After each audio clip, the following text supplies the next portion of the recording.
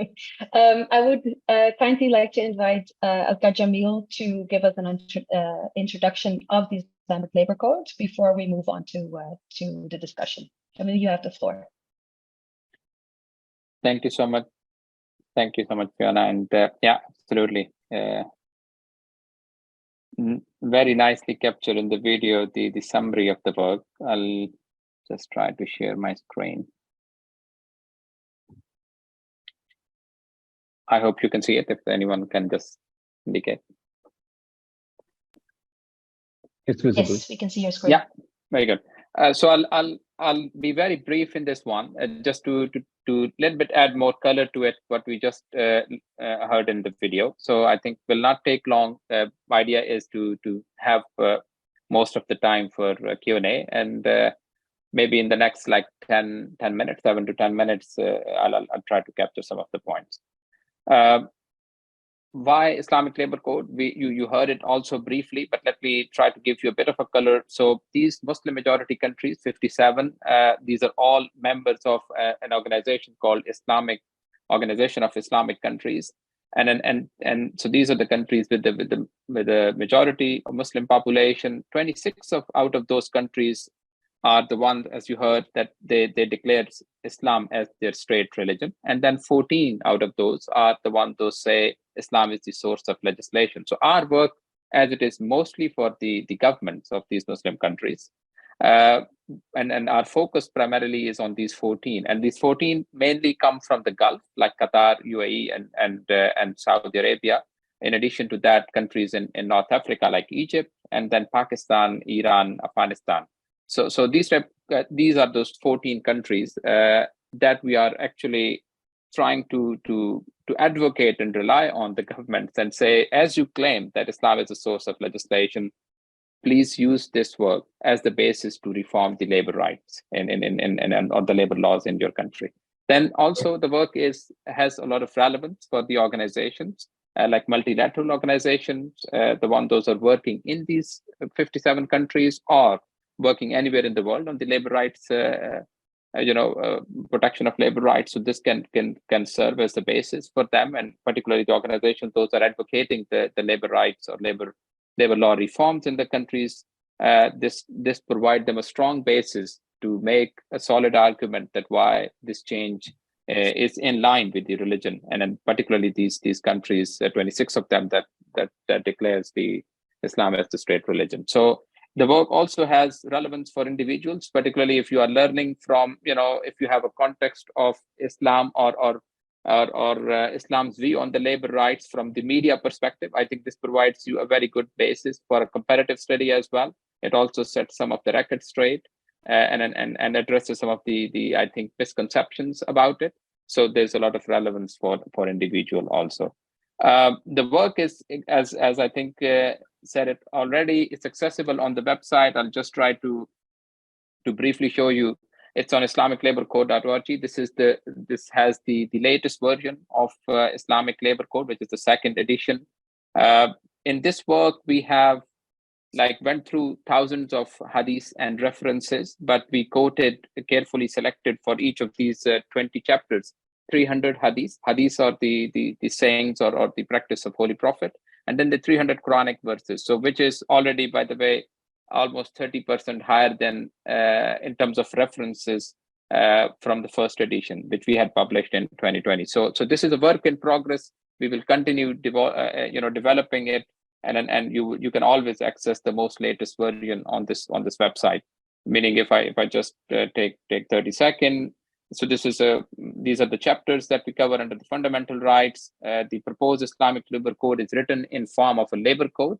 So it captures the topic-wise provisions and as a labor code would look like. So look and feel is same. And let's say if we just go to one of the topics like equality of opportunity and treatment, we are going to touch base in more detail shortly. But let's say first it captures the provisions of a labor code, and then it provides the references. And there is a reason we always kept English as well as the Arabic source for the reference of the readers. So this is how this whole work is compiled, meaning hard copies are also available, only very limited in that way, but the online access is available for all, and it remains, meaning updated all the time. Coming to the next, like how we started and where it started, actually our journey towards this one, primarily this is the work that started with Iftikhar when he was doing his master's degree in Cornell University in USA. For his master thesis, he had published an independent study with his professor there in 2010. So that was the start of the work. And then, to be honest, we used to discuss while I was since 2007 based in Middle East and Africa region, working all the time. So we always had this discussion that okay, this sorry state or dismal state of the labor rights and in these countries, and is it something due to religion? Is it something due to the practices of these employers or the governments and so on and so forth? So I think at some stage from those discussions in 2014, we thought to make it in a shape that to bring it forward. So our background from Iftikhar's side as the labor law and from my side as the human resources, we thought, okay, we need to do something to at least set the record in that way straight, that okay, is it religion or is it the abusive practices of these employers? But then and COVID actually also served as it served for many other things as a stimulus for us also to push and bring this work that we were always researching on the back and as a part-time.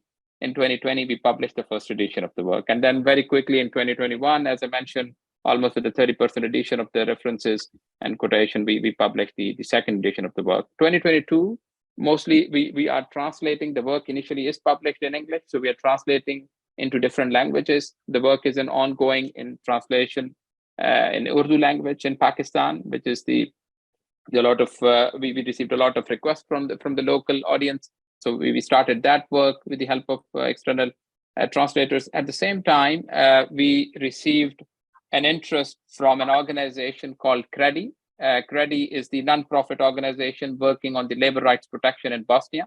They proactively reached us, and we thank them for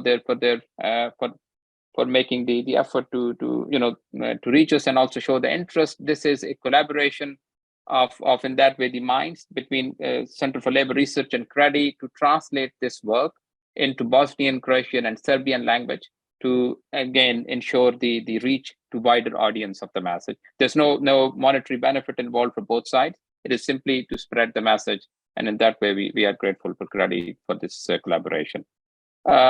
Coming into what type of topics are covered in the Islamic Labour Code, it covers the fundamental labor rights, starting from the equality of opportunity and treatment, freedom of association and right to collective bargaining, prohibition of child labor, prohibition of forced labor.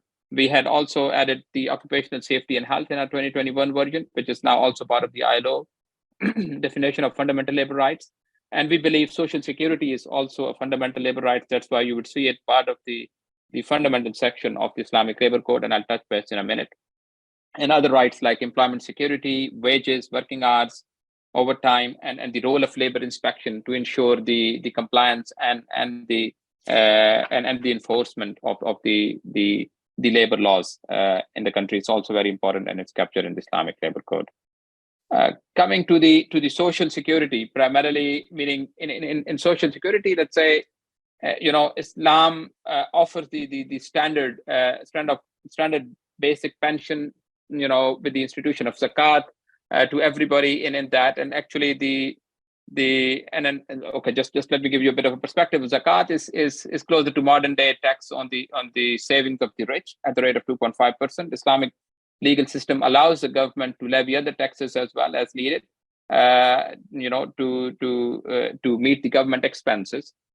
So Islamic concept of social security is primarily based on this Quranic verse that I'm just quoting the translation, that indeed the alms are meant for the poor and the indigent.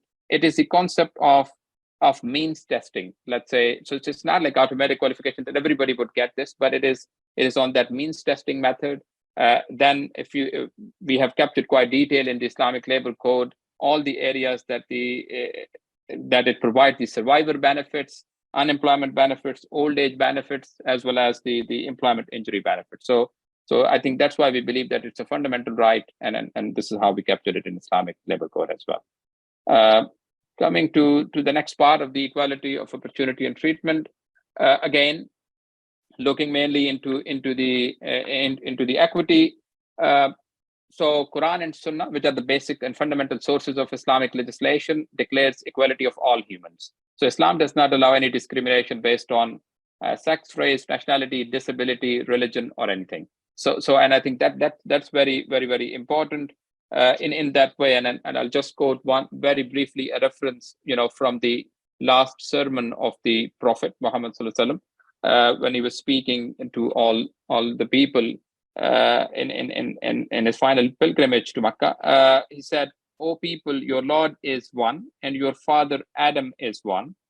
There is no favor of an Arab over a foreigner, nor a foreigner over an Arab, and neither white skin over black skin, nor black skin over white skin, except by the righteousness." And many believes that, okay, this was one of the very first, diversity, equity, and inclusion statement given by a world leader at that point in time, the 7th century, the time when Holy Prophet was alive. So I think that this is the fundamental basis of the equity concept in Islam. And a little bit double clicking on each of the topics, if we go further into that, is the, let's say, this fundamentally, meaning Quran, again, as a core source of Islamic legislation, prohibits certain activities, but it does not mention female employment anywhere as a prohibited activity. Many people that knows the some of the state in Muslim countries, you would hear this concept, and I think there are some extremist views that you will always find on media, and I think we can touch base more in a little bit later. But again, as per our study, and I'll give you a couple of examples here, that okay, female employment and the labor force participation are not prohibited in Islam. So if I just quote a couple of references, and there are many more in the Islamic Labour Code, which you can access it online as well. Umar Farooq radiallahu anhu, he was the second caliph of Islam. He appointed 2 inspectors; those were female, in Makkah and Medina. Makkah and Medina is the let's say the capital of the Islamic State at that point in time, and just imagine, it's a 7th century labor market. So you cannot appoint just simply somebody to be the inspector of that market unless that there is a female participation in general, but also the qualification of those female inspectors. So Samra bint Nahik was appointed as a female market inspector in Makkah, and the important city in Islamic history in general as well, but at that point in time of Islamic State. And then also in Medina, Shifa bint Abdullah, and there is a lot more examples that we quoted and references that we quoted. So just to prove the point that the gender or the discrimination or participation of women is not prohibited in Islam, but it's actually other way around. Then coming to the discrimination based on color, origin, or race, as I just quoted the example from the last sermon of the Holy Prophet, Islam completely forbids the discrimination based on these. Going into disability, exactly the same thing. Islam treats all equally and does not allow discrimination on the basis of disability. Meaning, I'll again just give you a couple of examples. There was a companion of Holy Prophet who was blind. His name was Abdullah ibn Maktoum. He was appointed more than once as a governor of Medina when Holy Prophet was traveling outside of Medina.